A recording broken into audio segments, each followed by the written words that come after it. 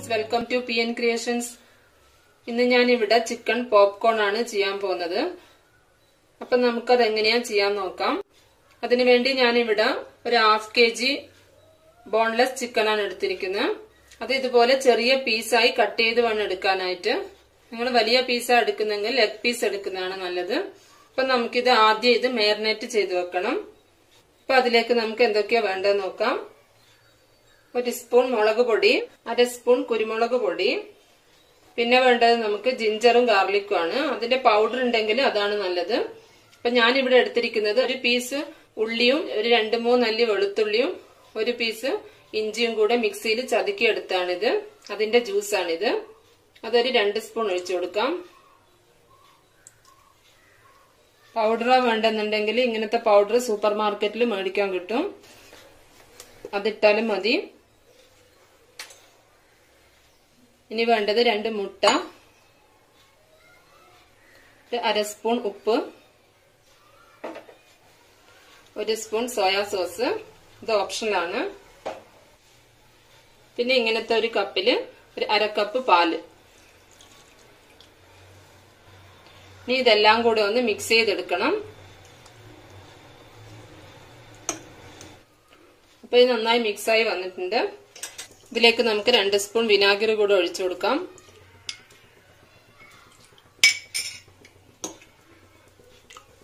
ഇതിനെ ഒരു 2 മണിക്കൂറെങ്കിലും ഫ്രിഡ്ജിൽ സെറ്റ് ആവാൻ വേണ്ടി വെക്കണം.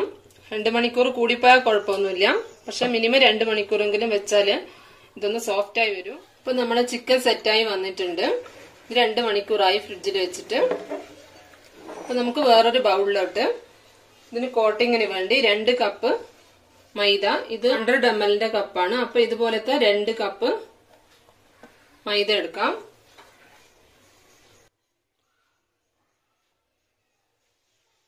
അതിന്റെ കൂടെ തന്നെ 1 കപ്പ് കോൺഫ്ലോർ. ഇത് മൈദയുടെ നേരെ ഹാഫ് എടുത്താൽ മതി. ഏത് കപ്പിലാണോ മൈദ എടുക്കുന്നത് അതിന്റെ ഹാഫ് കോൺഫ്ലോർ എടുത്താൽ മതി. ഇനി പൊടികൾ ഇട്ട് കൊടുക്കാം. 1 ടീസ്പൂൺ മുളക് പൊടി, 1 ടീസ്പൂൺ കുരുമുളക് പൊടി, ഒരു 1/4 സ്പൂൺ ജീരകപ്പൊടി, പിന്നെ വേണ്ടത് ഒരു 1/2 സ്പൂൺ ഉപ്പ്. ഇത് നന്നായി മിക്സ് ചെയ്ത് കൊടുക്കാം.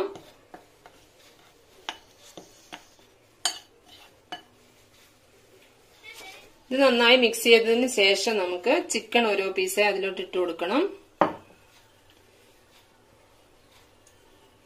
ഇത് ജാസ്തി വെള്ളം യൂസ് ചെയ്യാണ്ട് കുറച്ചൊന്ന് പിഴിഞ്ഞെടുത്താൽ മതി.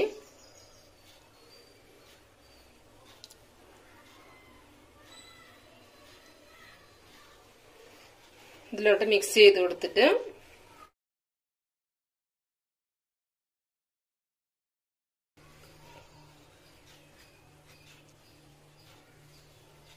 സെപ്പറേറ്റ് വെച്ചു കൊടുക്കാം.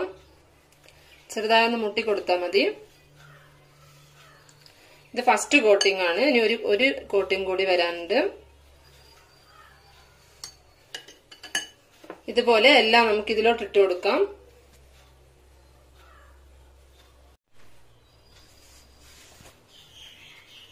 അപ്പൊ നമ്മൾ ഇതുപോലെ എല്ലാം ഇതുപോലെ പൊടി മുക്കി വെച്ചിട്ടുണ്ട്. അപ്പൊ നമുക്ക് ഒരു കോട്ടും കൂടി എടുക്കണം. ഇത് വീണ്ടും നമ്മള് ഈ ബാലൻസ് വന്ന വെള്ളമാണ് ഇത് നമ്മളെ ചിക്കൻ്റെ. ആ ഗ്രേവിയിലോട്ട് വീണ്ടും ഇങ്ങനെ മുക്കിയെടുക്കാം. രണ്ടാമത്തെ കോട്ടിങ്ങിന് കുറച്ച് കൈകൊണ്ട് തന്നെ കുറച്ച് പ്രസ് ചെയ്ത് കൊടുത്തതിന് ശേഷം ഇങ്ങനെ റിമൂവ് ചെയ്യാം.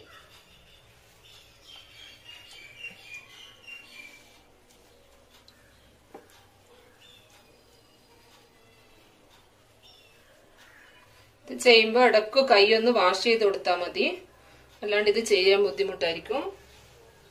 ഇതുപോലെ എല്ലാ പീസും നമുക്ക് പൊടിയിൽ മുക്കിയെടുക്കാം. ഇത് പൊടി കുറവാണെങ്കിൽ വീണ്ടും നേരത്തെ പോലെ തന്നെ മിക്സ് ചെയ്ത് കൊടുത്താൽ മതി. അതുപോലെ ഈ ഗ്രേവിയും കുറവാണെങ്കിൽ കുറച്ച് വെള്ളം ഒഴിച്ചു കൊടുത്താൽ മതി. അപ്പൊ ഇത് മുഴുവനായിട്ട് ഡബിൾ കോട്ട് ചെയ്ത് വെച്ചിട്ടുണ്ട്.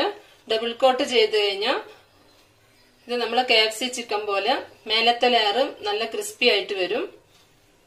അപ്പൊ ഇത് നമുക്കിനി പൊരിച്ചെടുക്കാം. ഓയിൽ വെച്ചിട്ടുണ്ട്. നല്ലെണ്ണം ചൂടായതിനു ശേഷം മാത്രമേ ഇത് ഇട്ട് കൊടുക്കാൻ പാടുള്ളൂ.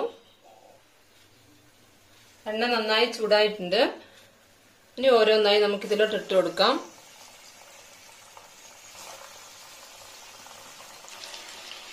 ഒരുപാട് നിറച്ചിട്ട് കൊടുക്കണ്ട, ഒരു മീഡിയം ഇട്ട് കൊടുത്താൽ മതി. ഇനി ഇത് മീഡിയം ഫ്ലെയിമിലോട്ട് മാറ്റാം. ഇതിട്ട ശേഷം കുറച്ച് സമയത്തേക്ക് മറിച്ചിടണ്ട. അപ്പം തന്നെ മറിച്ചിട്ട് കൊടുത്താൽ കോട്ടിങ് മുഴുവൻ എണ്ണയിലോട്ട് പോവും. ഒന്ന് മൊരിഞ്ഞ ശേഷം ഇളക്കിയെടുത്താൽ മതി.